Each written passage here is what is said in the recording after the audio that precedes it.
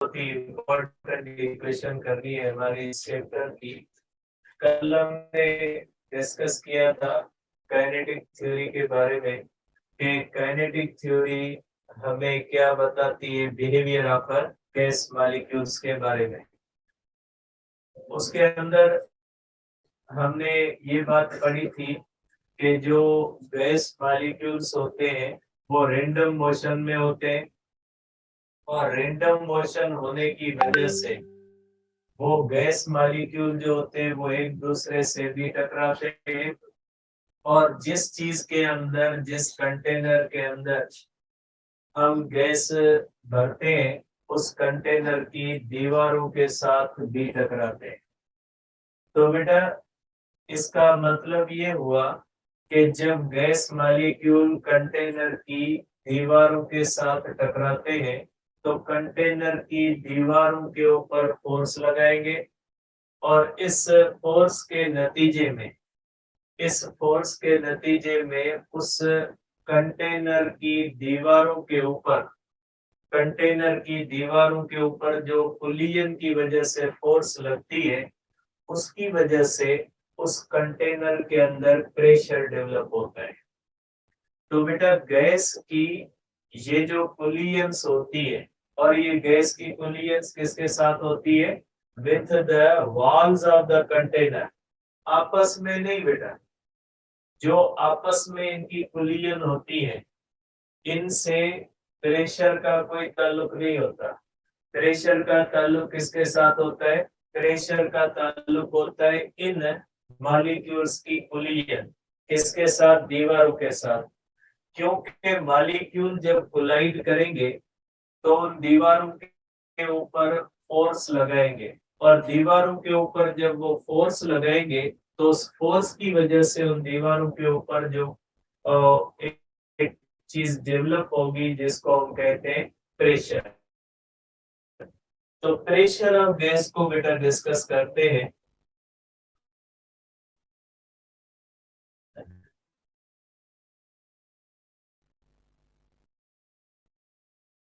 Pressure of gas बेटा, तो आप कहेंगे बेटा according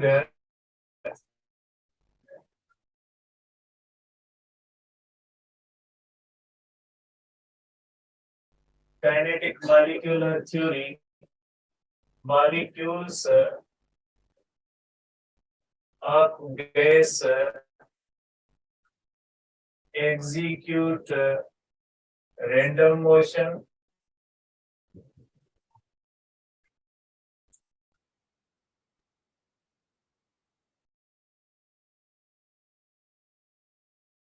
due to which they collide with walls of container, hence pressure is developed।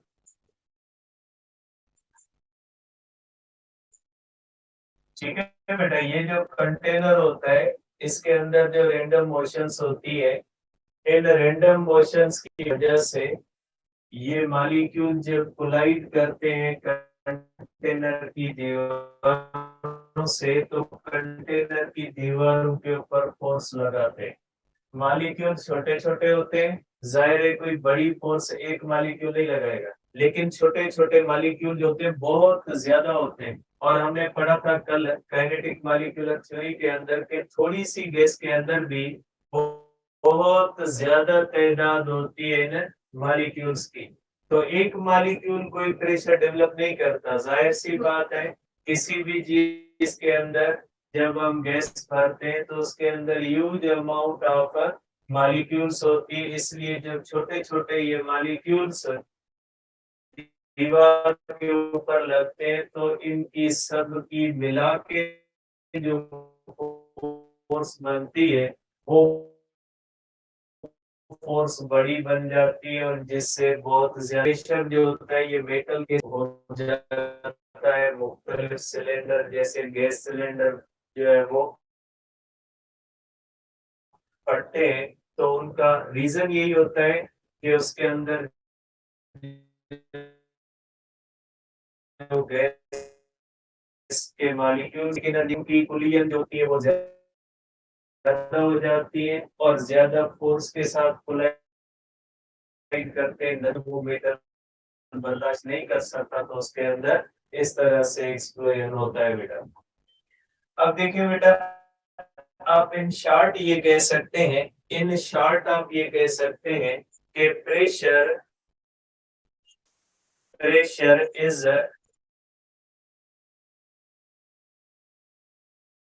Due to molecular collisions molecular collisions with walls of container। आप ये simply reason दे सकते हैं, ऊपर भी मैंने लिखा है, यहाँ पे शॉर्ट करके मैंने लिख दिया है बेटा। अब हम इसको कैलकुलेट करते हैं बेटा, प्रेशर को, कि प्रेशर कितना होगा बेटा। देखिए बेटा, सपोज करें ये हमारे पास एक कंटेनर है बेटा, ये आप कह लें कि ये एक क्यूबिकल कंटेनर है। इस तरह से मैं इसको बना रहा हूं कि ये हमारे पास एक क्यूबिकल कंटेनर है बेटा, ठीक है। अब इसके अंदर ये आप कह लें कि ये मॉलिक्यूल्स हैं गैस के, ठीक है, ये गैस के बेटा मॉलिक्यूल्स होते हैं। अब ये मॉलिक्यूल्स जो होते हैं बेटा, ये मुख्तलिफ स्पीड से इस तरफ जो है वो मूव कर रहे होते हैं बेटा। ये आप कह सकते हैं कि बेटा ये मॉलिक्यूल इस तरह से डिफरेंट स्पीड से इस तरह से मूव करते हैं। कोई मॉलिक्यूल किस तरफ जा रहा है, कोई मॉलिक्यूल किस तरफ जा रहा होता है, और ये मॉलिक्यूल इस तरह से मूव करते हुए आके दीवारों से टकराते हैं, और दीवारों के साथ टकराने की वजह से दीवारों के ऊपर क्या डेवलप होता है बेटा, प्रेशर डेवलप होता है। अब अगर आप इसकी कैलकुलेशन करें बेटा, consider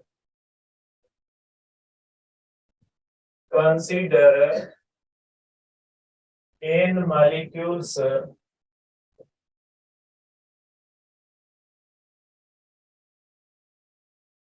are present in container बेटा। सपोज करें बेटा, हमारे पास इस कंटेनर के अंदर बेटा, ठीक है, इस कंटेनर के अंदर कितनी बेटा मॉलिक्यूल्स पड़े, मैं वहां पे एक और बताता हूँ। सपोज करें बेटा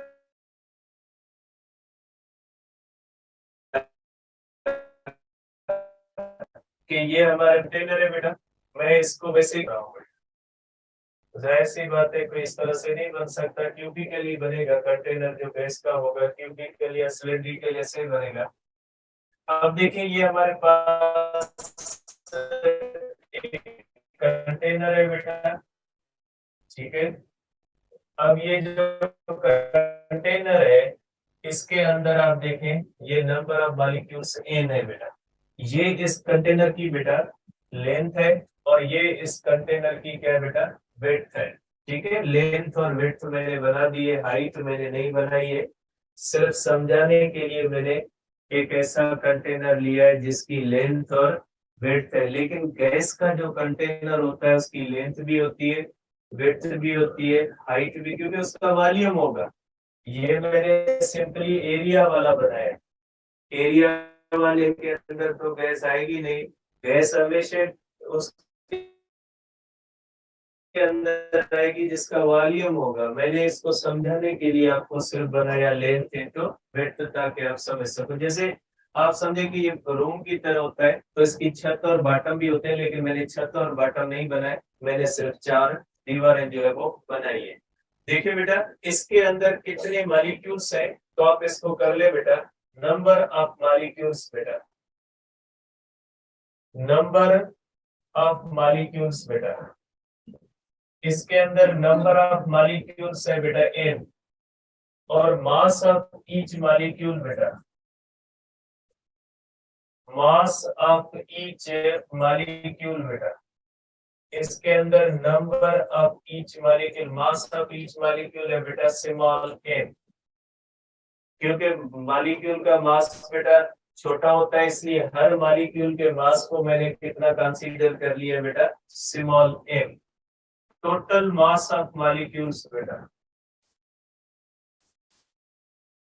टोटल मास ऑफ मॉलिक्यूल्स बेटा, टोटल मास ऑफ मॉलिक्यूल्स जो होता है बेटा वो m होता है, और ये हो जाएगा number of molecules multiplied by mass of the single molecule. क्योंकि बेटा अगर n मॉलिक्यूल्स हैं, अगर n मॉलिक्यूल्स हैं और हर एक मॉलिक्यूल का मास कितना है, स्मॉल m है, तो टोटल मास कितना हो जाएगा, mass of each molecule multiplied by number of molecules, ये टोटल मास है बेटा। ठीक है, तो ये आ गया बेटा। अब देखिए बेटा, ये जो गैस मॉलिक्यूल इसके अंदर मूव करता है, इस गैस मॉलिक्यूल की जो वेलोसिटी होती है बेटा, क्योंकि gas molecule above the surface of earth move करता है। आपको पता है बेटा, जब कोई भी body above the surface of earth move करती है तो उसकी वेलोसिटी के हम तीन कंपोनेंट्स बनाते हैं। एक बनाते हैं उसकी वेलोसिटी का एक्स कंपोनेंट, वाई कंपोनेंट और जेड कंपोनेंट।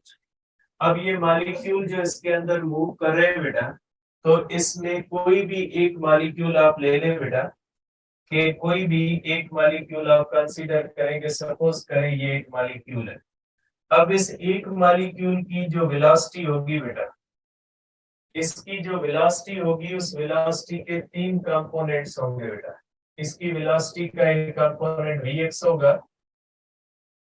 और दूसरा vy होगा, और तीसरा कौन सा हो जाएगा बेटा, vz होगा। आप कह सकते हैं कि ये बेटा vy कंपोनेंट होगा और ये कौन सा होगा, vz कंपोनेंट।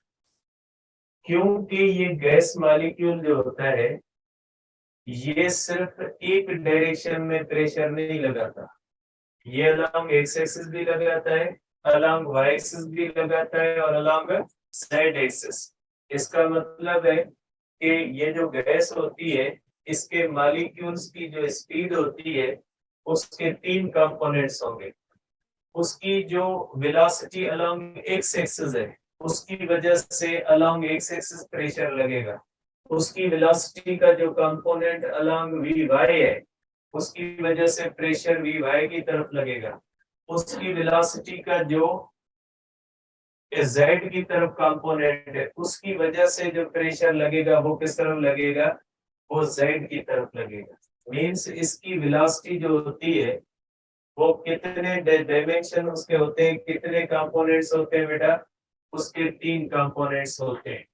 ठीक है, तो आप कहेंगे बेटा कि वेलोसिटी ऑफ गैस मॉलिक्यूल बेटा, velocity of gas molecule v is equal to बेटा vx plus vy plus vz बेटा। इसके तीन कंपोनेंट होंगे, वेक्टर में होगा बेटा, मैंने वेक्टर में लिखा है, वेक्टर सम है। मींस इस वेलोसिटी के तीन कंपोनेंट्स है, vx भी है, vy भी है, और कौन सा है बेटा, vz है। अब अगर इस वेलोसिटी का मैग्नीट्यूड निकालना चाहे बेटा, अगर आप इसका मैग्नीट्यूड निकालना चाहेंगे तो आपको पता है, आप करोगे vx square plus vy square plus क्या करोगे बेटा, vz स्क्वायर। क्योंकि जब कोई भी चीज कंपोनेंट्स फॉर्म में दी जाती है तो उसका मैग्नीट्यूड हम किससे निकालते हैं, under radical vx square, vy square और vz स्क्वायर। क्योंकि इसकी वेलोसिटी के कितने कंपोनेंट्स हैं, तीन, तो आप इसका मैग्नीट्यूड इस तरह से निकालोगे। ठीक है, देखिए बेटा, अब देखें, ये जो किसी भी चीज के अंदर प्रेशर लगता है ना, जैसे आप किसी भी सिलेंडर के अंदर गैस फिल करते हैं, बलून के अंदर गैस फिल करते हैं, तो बलून के अंदर हर डायरेक्शन में प्रेशर इक्वल लगता है। ऐसा तो नहीं होता कि जब आप किसी भी चीज के अंदर गैस भरे तो एक डायरेक्शन पे, एक डायमेंशन पे या अलोंग एक्स एक्सिस ज्यादा प्रेशर लगे और अलोंग वाई और जेड कम लगे। ऐसा नहीं होता। जब आप किसी भी बलून के अंदर गैस भरते हैं तो उस बलून के अंदर जो एयर आप भरते हैं उस एयर का प्रेशर जो होता है वो हर डायमेंशन में इक्वल लगता है। ऐसा नहीं होता कि एक डायमेंशन में ज्यादा लगे और दूसरे डायमेंशन के अंदर कम लगे। हर डायमेंशन में क्या लगता है? इक्वल लगता है। और ये प्रेशर होता किस वजह से है? मॉलिक्यूलर मूवमेंट की वजह से होता है। इसका क्या मतलब हुआ? इसका मतलब ये हुआ कि फिर मॉलिक्यूल्स की जो वेलोसिटीज हैं वो Vx, Vy और Vz बराबर होगी। मीन्स इसके वेलोसिटी के जो तीनों कंपोनेंट्स होंगे ना वो एक दूसरे से बराबर होंगे। क्योंकि अगर वो बराबर नहीं होंगे तो तीनों डायमेंशन में जो प्रेशर लगेगा वो बराबर नहीं लगेगा। लेकिन जब गैस किसी भी कंटेनर के अंदर फिल करते हैं तो उसका हर डायमेंशन में जो प्रेशर लगता है वो सेम लगता है। तो अगर प्रेशर सेम लगता है तो आप कह सकते हैं कि मॉलिक्यूल्स की जो वेलोसिटीज होती है उन वेलोसिटीज के जो तीन कंपोनेंट्स होते हैं वो तीनों कंपोनेंट्स बराबर होंगे। ठीक है, तो आप कह सकते हैं कि velocity components as pressure exerted, ठीक है,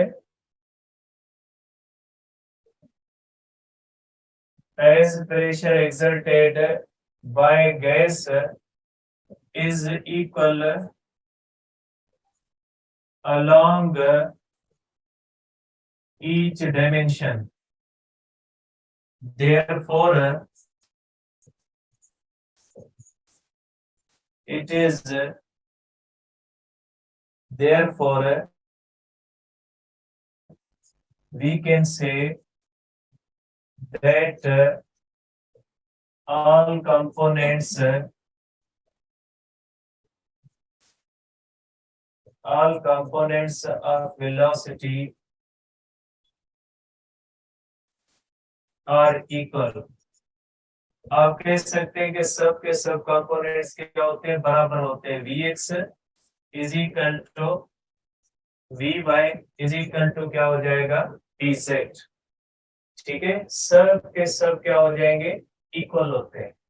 तो आप कह सकते हैं कि फिर आप कह सकते हैं V इज इक्वल टू, आप इस तरह से लिख सकते हैं बेटा, आप वी एक्स स्क्वायर लिख सकते हैं, आप वी एक्स स्क्वायर लिख सकते हैं, आप वी एक्स लिख सकते हैं। क्योंकि तीनों एक दूसरे के बेटा बराबर है। V X, V Z, V Y तीनों बराबर है तो तीनों की जगह पे आप क्या लिख सकते हैं? वी एक्स लिख सकते हैं। इसका मकसद है कि फिर इसकी वेलोसिटी का मैग्नीट्यूड कितना हो जाएगा बेटा? V X square. फिर आप कह सकते हैं कि इसकी वेलोसिटी का स्क्वायर जो बनेगा वो किसके बराबर बन जाएगा? V X square. मीन्स इसकी velocity of the gas molecule को इस तरह भी लिख सकते हैं, आप इस तरह भी लिख सकते हैं, वी वाई स्क्वायर भी लिख सकते हैं, और आप किस तरह लिख सकते हैं कि V square is equal to 3 V Z square भी लिख सकते हैं। इस तरह से तीनों तरह से लिख सकते हैं। आप चाहें तो तीनों की जगह पे वी एक्स रख दें, आप चाहें तो तीनों की जगह पे वी वाई रख दें, आप चाहें तो तीनों की जगह पे आप क्या रख सकते हैं? वी जेड रख के कैलकुलेशन कर सकते हैं। क्योंकि तीनों कंपोनेंट्स क्या होते हैं? बराबर होते हैं। और तीनों कंपोनेंट्स बराबर इसलिए होते हैं क्योंकि तीनों डायमेंशंस में जो प्रेशर होता है वो क्या होता है? इक्वल। अगर तीनों कंपोनेंट्स बराबर नहीं होते तो तीनों डायमेंशन में प्रेशर एक जैसा नहीं होता। और आपको पता है प्रेशर हमेशा एक जैसा होता है। ठीक है, अब आ जाए आगे बेटा। ठीक है, अब करते हैं आगे कैलकुलेशन बेटा। आपको पता है बेटा कि as we know that pressure जो होता है बेटा वो किसके बराबर होता है, फोर्स पर यूनिट एरिया। ठीक है, प्रेशर किसके बराबर होता है बेटा, फोर्स पर यूनिट एरिया होता है।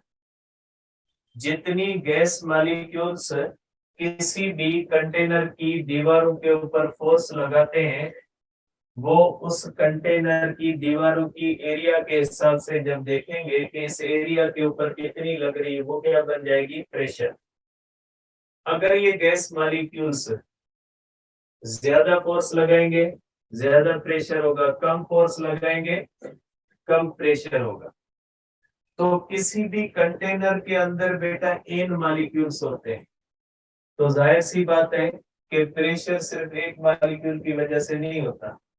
प्रेशर कितने मॉलिक्यूल्स की वजह से होता है, प्रेशर n मॉलिक्यूल्स की वजह से होता है। लेकिन आप n मॉलिक्यूल्स की कैलकुलेशन अगर साथ करोगे तो कैलकुलेशन मुश्किल होगी।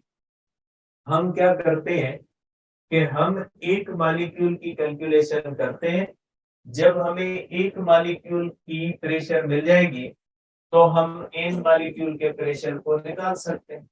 क्योंकि आपको पता है कि अगर एक मॉलिक्यूल का, अगर हमें ये पता लग जाए कि इस रूम के अंदर एक मॉलिक्यूल इतनी फोर्स लगा रहा है और इस रूम के अंदर इतने मॉलिक्यूल है, तो एक मॉलिक्यूल की force multiplied by n molecules, तो आपको क्या मिल जाएगा, n मॉलिक्यूल्स की फोर्स मिल जाएगी। इसलिए अब हम क्या करते हैं कि हम कैलकुलेशन एक मॉलिक्यूल की करते हैं, फिर उस कैलकुलेशन को हम किस में कन्वर्ट कर देंगे, n मॉलिक्यूल्स के लिए कर देंगे। ठीक है, तो अब आप करेंगे बेटा, consider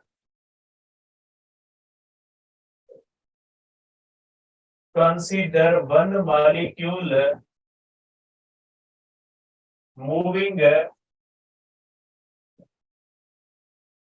along x axis in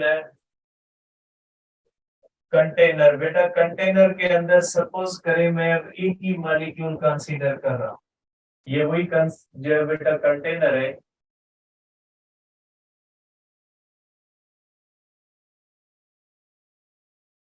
ये वही कंटेनर है बेटा, इसके अंदर गैस मॉलिक्यूल्स है n, लेकिन मैं कैलकुलेशन के हिसाब से एक ही मॉलिक्यूल, सपोज करें ये एक मॉलिक्यूल है। ठीक है, अब ये एक मॉलिक्यूल जो है बेटा, ये इस तरफ जा रहा है बेटा अलोंग एक्स एक्सिस में, एक्सिस बना लूं बेटा, इसके मैं एक्स एक्सिस बना लूं बेटा, ये इसके कंटेनर के मैं एक्सिस बना लेता हूं। ठीक है, ये कंटेनर है बेटा और ये कंटेनर का एक्स एक्सिस है, ये कंटेनर का वाई एक्सिस है और ये जेड एक्सिस। बेटा मैंने जेड एक्सिस बनाया नहीं है, लेकिन कंटेनर के तीनों होते हैं। देखिए ये मॉलिक्यूल यहां से मूव कर रहा है बेटा, इस मॉलिक्यूल का मास m1 है और ये मॉलिक्यूल किस तरफ मूव कर रहा है बेटा, एक्स एक्सिस की तरफ। तो मैं मॉलिक्यूल की वेलोसिटी v1x कर दी है। v1 इसलिए मैंने किया क्योंकि मैं एक मॉलिक्यूल कंसीडर कर रहा हूँ, x मैंने इसलिए किया कि मैं फिलहाल इसकी मोशन सिर्फ अलोंग एक्स एक्सिस ले रहा हूँ। तो आपको पता है अगर मैं इसकी फोर्स कैलकुलेट एक्स एक्सिस में करने में कामयाब जाता हूँ, तो जितनी फोर्स ये अलोंग एक्स एक्सिस लगाएगा उतनी अलोंग वाई एक्सिस लगाएगा, उतनी अलोंग जेड एक्सिस। जितना ये प्रेशर अलोंग एक्स एक्सिस लगाएगा उतना अलोंग वाई एक्सिस लगाएगा और उतना ही अलोंग जेड। इसलिए सिंपलिसिटी के लिए मैं इसकी मोशन सिर्फ अलोंग एक्स एक्सिस कंसीडर कर रहा हूँ। अब ये मॉलिक्यूल बेटा यहाँ से आता है और ये मॉलिक्यूल यहां से आके इस दीवार के साथ कोलाइड करता है बेटा, ये मॉलिक्यूल यहाँ पे दीवार के साथ कोलाइड करेगा बेटा। जब ये मॉलिक्यूल दीवार के साथ कोलाइड करेगा तो ये इलास्टिक कोलिजन होगी। काइनेटिक थ्योरी क्या कहती है, कोलिजन कौन सी होगी बेटा, इलास्टिक होगी। और इलास्टिकुलियन का मतलब है कि इसकी स्पीड का मैग्नीट्यूड चेंज नहीं होगा। लेकिन जब ये कोलाइड करेगा ना, तो according to the Newton's third law, molecule force लगाएगा दीवार पे और दीवार किस पे लगाएगी, मॉलिक्यूल, और दोनों एक्शन और रिएक्शन क्या हो जाएंगे, बराबर हो जाएंगे। तो ये इस तरह से बेटा मॉलिक्यूल कोलाइड करेगा और मॉलिक्यूल कोलाइड करने के बाद वापस यहां से आएगा बेटा। ये मॉलिक्यूल कोलाइड करेगा और मॉलिक्यूल कोलाइड करने के बाद यहाँ पे जब कुलियन होगी बेटा, तो यहाँ पे अकॉर्डिंग टू थर्ड लॉ बेटा, अकॉर्डिंग टू थर्ड लॉ, ठीक है, molecule molecule exerts pressure, sorry force on wall and wall exerts force on molecule बेटा। म्यूचुअल है बेटा, म्यूचुअल एक्शन रिएक्शन होता है बेटा। और इसके नतीजे में बेटा ये मॉलिक्यूल किस तरफ आता है बेटा, ये मॉलिक्यूल इस तरह वापस मूव करता है बेटा।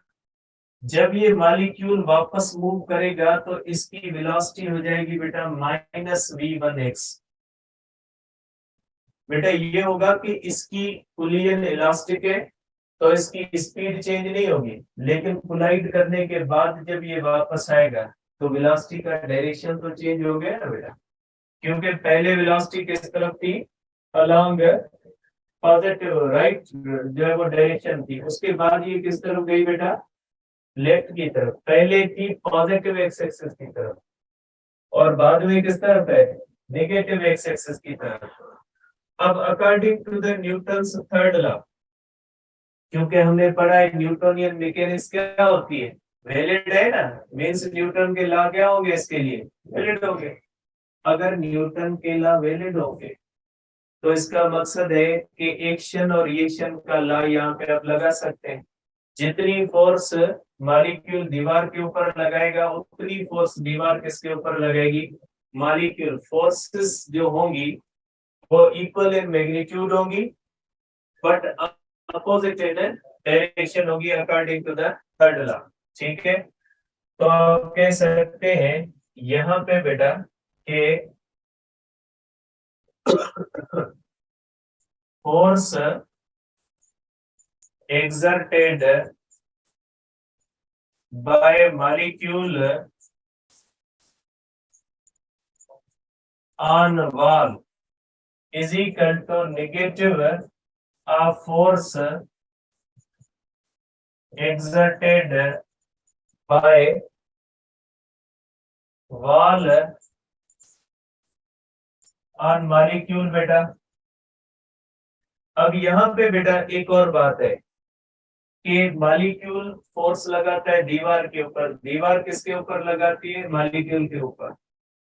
अब यहाँ पे प्रेशर किस फोर्स की वजह से होगा, प्रेशर मॉलिक्यूल की फोर्स की वजह से होगा या दीवार की फोर्स की वजह से होगा या दोनों की वजह से होगा।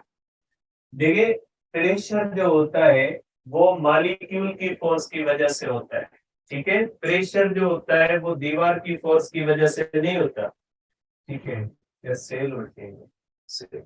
तो ये जो होता है बेटा, लाले के से पानी रखिए। तो देखिए आप कह सकते हैं कि बेटा ये जो प्रेशर डेवलप होता है ना बाहर के ना, तो बेटा आप कह सकते हैं कि ये जो यहाँ पे दो फोर्सेस होती है, मॉलिक्यूल की फोर्स किसके ऊपर होगी, दीवार के ऊपर, और दीवार की मॉलिक्यूल के ऊपर। तो प्रेशर किसकी वजह से होता है, मॉलिक्यूल की वजह से होता है, ठीक है। एक्शन मॉलिक्यूल का कंसीडर किया जाएगा, रिएक्शन दीवार का किया जाएगा।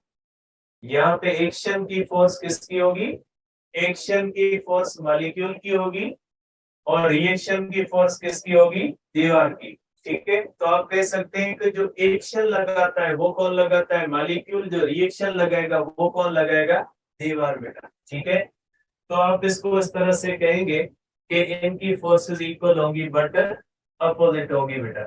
ठीक है, अब ये फोर्स किसके बराबर होगी बेटा, अगर हम बात करते हैं फोर्स की तो बेटा ये फोर्स किसके बराबर होगी, देखिए ये कुलियन है बेटा,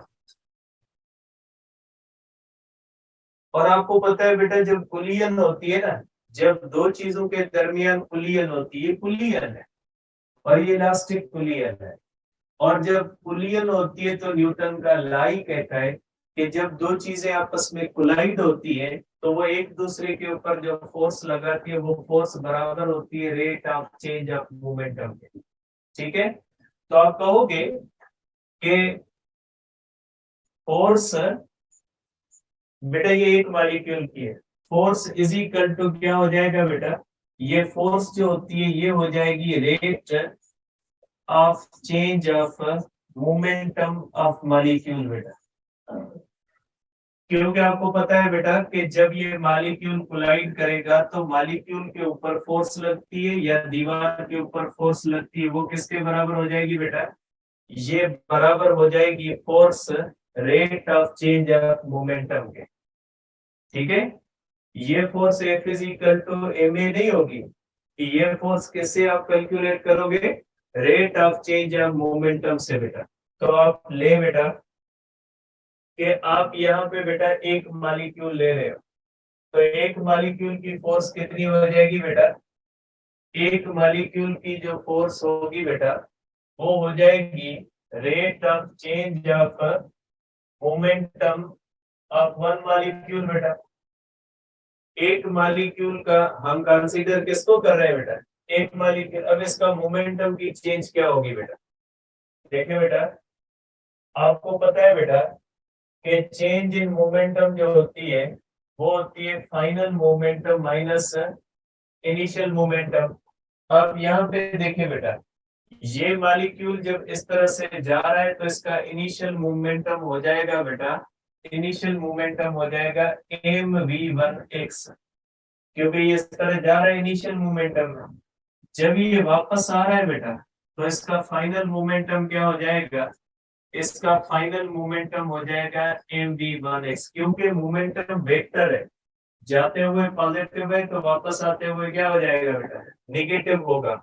तो आप कर सकते हैं बेटा इसको कि ये हो जाएगा बेटा माइनस mv1x माइनस mv1x बेटा, क्योंकि फाइनल नेगेटिव है और ये नेगेटिव की वजह से इनिशियल भी क्या हो गया बेटा, नेगेटिव। तो चेंज इन मोमेंटम क्या हो जाएगा बेटा, -2 mv1x होगा बेटा। ठीक है, अब ये आ गया बेटा मोमेंटम। अब दूसरी बात है कि बेटा ये टाइम कितना लेता है, देखिए बेटा ये मॉलिक्यूल जब मूव करता है बेटा तो ये मॉलिक्यूल एक डिस्टेंस इस तरह से तय करता है और वापस आता है तो क्या तय करता है बेटा, तो दूसरा डिस्टेंस तय करता है। ये S1 डिस्टेंस जाते हुए करता है और S2 डिस्टेंस क्या करता है बेटा, वापस आते हुए। अगर आप करें बेटा ये इसकी लेंथ है और ये इसकी क्या है बेटा, विड्थ है, ये इसकी लेंथ है और ये इसकी क्या है बेटा, विड्थ है। तो आप देख सकते हैं बेटा कि मॉलिक्यूल जो डिस्टेंस तय करता है वो कितना तय करता है, S1 प्लस S2, क्योंकि यहां से ये S1 डिस्टेंस तय करके जाता है और S1 डिस्टेंस करके क्या आता है बेटा, वापस आता है। तो आप कह सकते हैं बेटा कि मॉलिक्यूल जो होता है वो टोटल जो डिस्टेंस तय करता है वो S1 plus S2 is equal to L plus L is equal to twice of length बेटा। क्योंकि बेटा ये मॉलिक्यूल यहाँ से आता है, दीवार से टकराता है, दीवार से टकराने के बाद क्या आ जाता है बेटा, वापस आ जाता है। तो ये टोटल डिस्टेंस कितना तय करता है बेटा, ट्वाइस ऑफ लेंथ तय करता है। अब बेटा मॉलिक्यूल मूव करता है with uniform velocity, molecule accelerate तो नहीं करता। मॉलिक्यूल के अंदर हमने कल पढ़ा था बेटा कि आइडियल गैसेस का मास जो होता है ना, वो पॉइंट मास कंसीडर किया जाता है और इंटरमॉलिक्यूलर फोर्सेस नहीं होती। जब इंटरमॉलिक्यूलर फोर्सेस नहीं होती तो गैस मॉलिक्यूल चाहे कम वेलोसिटी से जाए चाहे ज्यादा वेलोसिटी से जाए, लेकिन वेलोसिटी उसकी यूनिफॉर्म ही हो। स्पीड, सॉरी वेलोसिटी नहीं, स्पीड उसकी क्या हो जाएगी, यूनिफॉर्म। वेलोसिटी चेंज होगी due to the change of direction. Velocity change होगी क्योंकि वेलोसिटी का डायरेक्शन क्या हो रहा है, चेंज। लेकिन स्पीड क्या होती है, स्पीड सेम रहेगी क्योंकि कुलियन क्या होती है, इलास्टिक होती है। तो आप कहोगे कि बेटा जो गैस के मॉलिक्यूल यहाँ पे होते हैं वो यूनिफॉर्म स्पीड से मूव करते हैं। ठीक है, जब कोई भी बॉडी यूनिफॉर्म स्पीड से मूव करती है तो उसके लिए आप इक्वेशन कौन सी इस्तेमाल करते हो, S is equal to V T. ठीक है, तो आप यहाँ पे इक्वेशन करोगे S is equal to V T as molecule is moving with uniform speed बेटा। अगर मॉलिक्यूल यूनिफॉर्म स्पीड से मूव कर रहे हैं बेटा तो आप उसके लिए लगा सकते हो बेटा therefore S is equal to V T. तो यहाँ से टी किसके बराबर आ जाएगा बेटा, एस अपान वी। तो आप यहाँ पे कर सकते हैं 2L अपान क्या कर सकते हैं आप, V1x। आप रखें बेटा फोर्स के अंदर F1 हो जाएगी बेटा। आपके पास चेंज इन मोमेंटम का फार्मूला कौन सा आ गया, 2mv1x। और टाइम का कौन सा आ गया, 2L अपान v1x। 2 गया 2 है बेटा, is equal to minus mv1x और ये थर्ड डिवीजन ऊपर आएगी बेटा, v1x is equal to minus m v1x whole square आ जाएगा। ठीक है, अपान हो जाएगा बेटा l, ये आ जाएगा बेटा अपान l।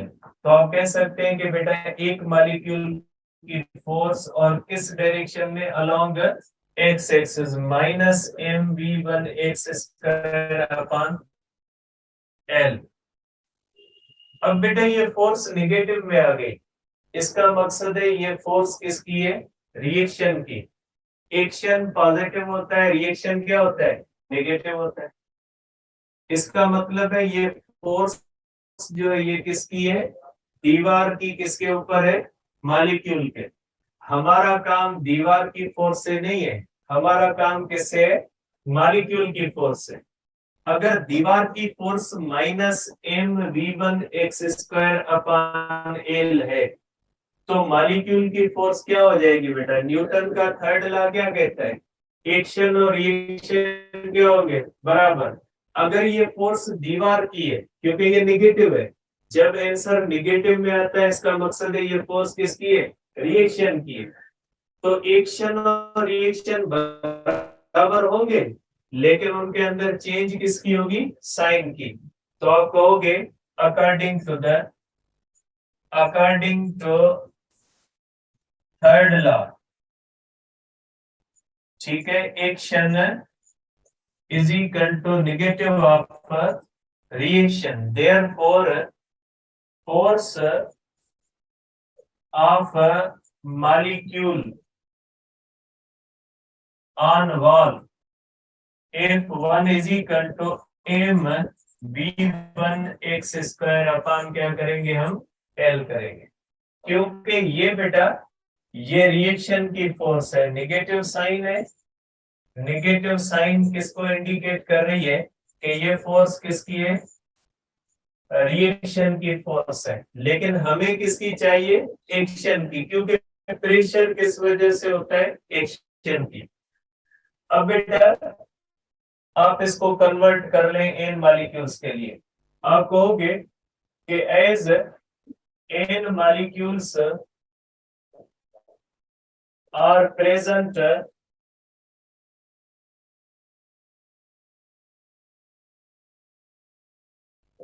in container, therefore force of n molecules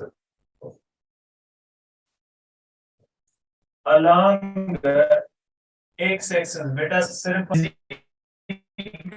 to हो जाएगी बेटा force of one molecule, force of two molecule, force of three molecule, up to क्या हो जाएगा बेटा force of N molecule.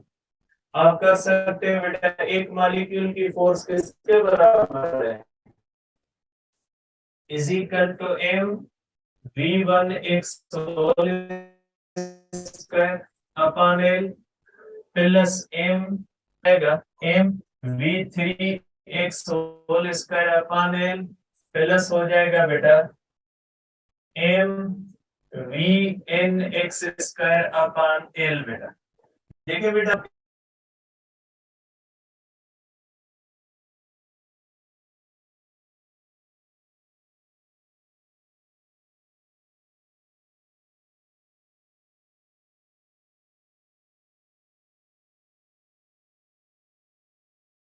Her molecule की वेलोसिटी एक जैसी नहीं होती, किसी मॉलिक्यूल की वेलोसिटी कम भी हो सकती है, किसी मॉलिक्यूल की वेलोसिटी ज्यादा भी हो सकती है, इसलिए हमने ये लिखा है बेटा। आप कर सकते हैं बेटा force m upon l v1x square v2x square v3x square plus up to क्या हो जाएगा बेटा प्लस अप टू हो जाएगा vnx होल स्क्वायर हो जाएगा बेटा। ठीक है, अब आप इसको कर सकते हैं बेटा multiplying and dividing n on right side. बेटा राइट साइड के ऊपर n मल्टीप्लाई भी करें, क्योंकि आप n मॉलिक्यूल्स के लिए लेके जा रहे इक्वेशन को, तो f हो जाएगा बेटा n into m upon l।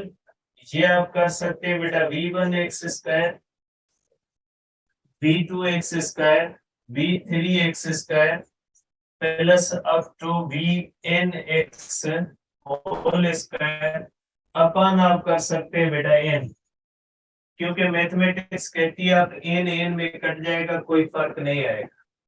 देखिए बेटा आप इसको कहेंगे बेटा n इंटू m क्या होता है बेटा मास ऑफ टोटल मॉलिक्यूल्स। बेटा mass total mass upon l, और ये हो जाएगा बेटा देखिए सब मॉलिक्यूल की स्पीड का square divided by number of molecule, तो ये क्या बन जाता है बेटा एवरेज बन जाएगा।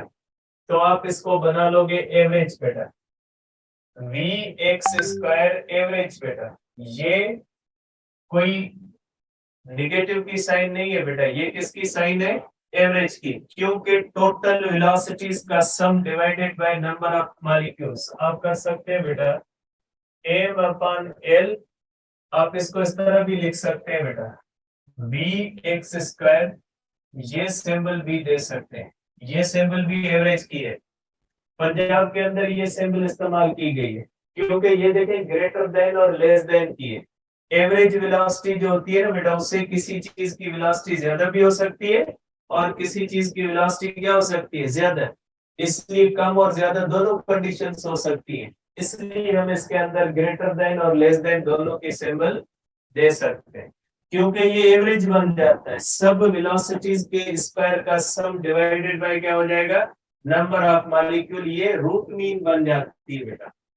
तो आप करोगे बेटा अब आपको मिल गई फोर्स, और फोर्स के बारे में आप कहोगे m ओवर l, और ये हो जाएगी vx स्क्वायर, ये एवरेज वेलोसिटी का स्क्वायर आ जाएगा। अब देखिए बेटा देयरफॉर प्रेशर क्या हो जाएगा बेटा, आपको पता है बेटा प्रेशर किसके बराबर होता है, प्रेशर होता है फोर्स पर यूनिट एरिया।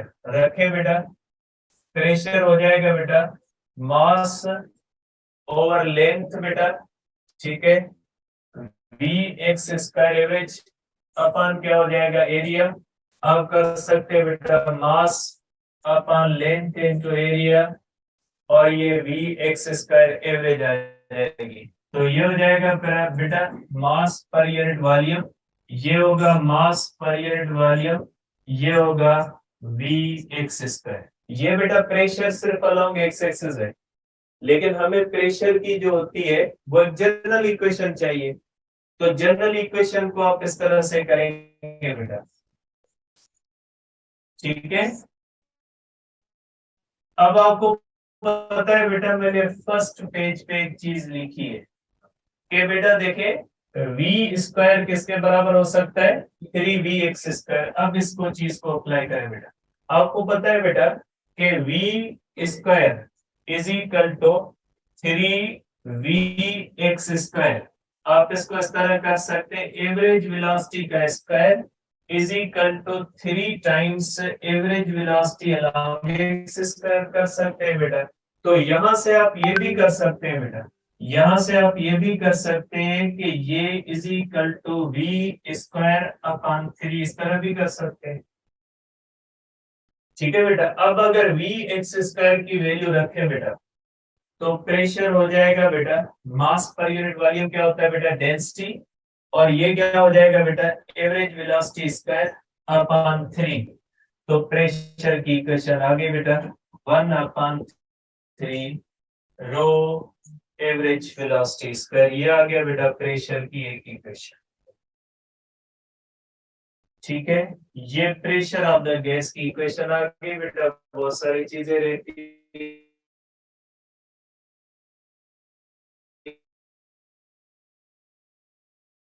इंशाल्लाह।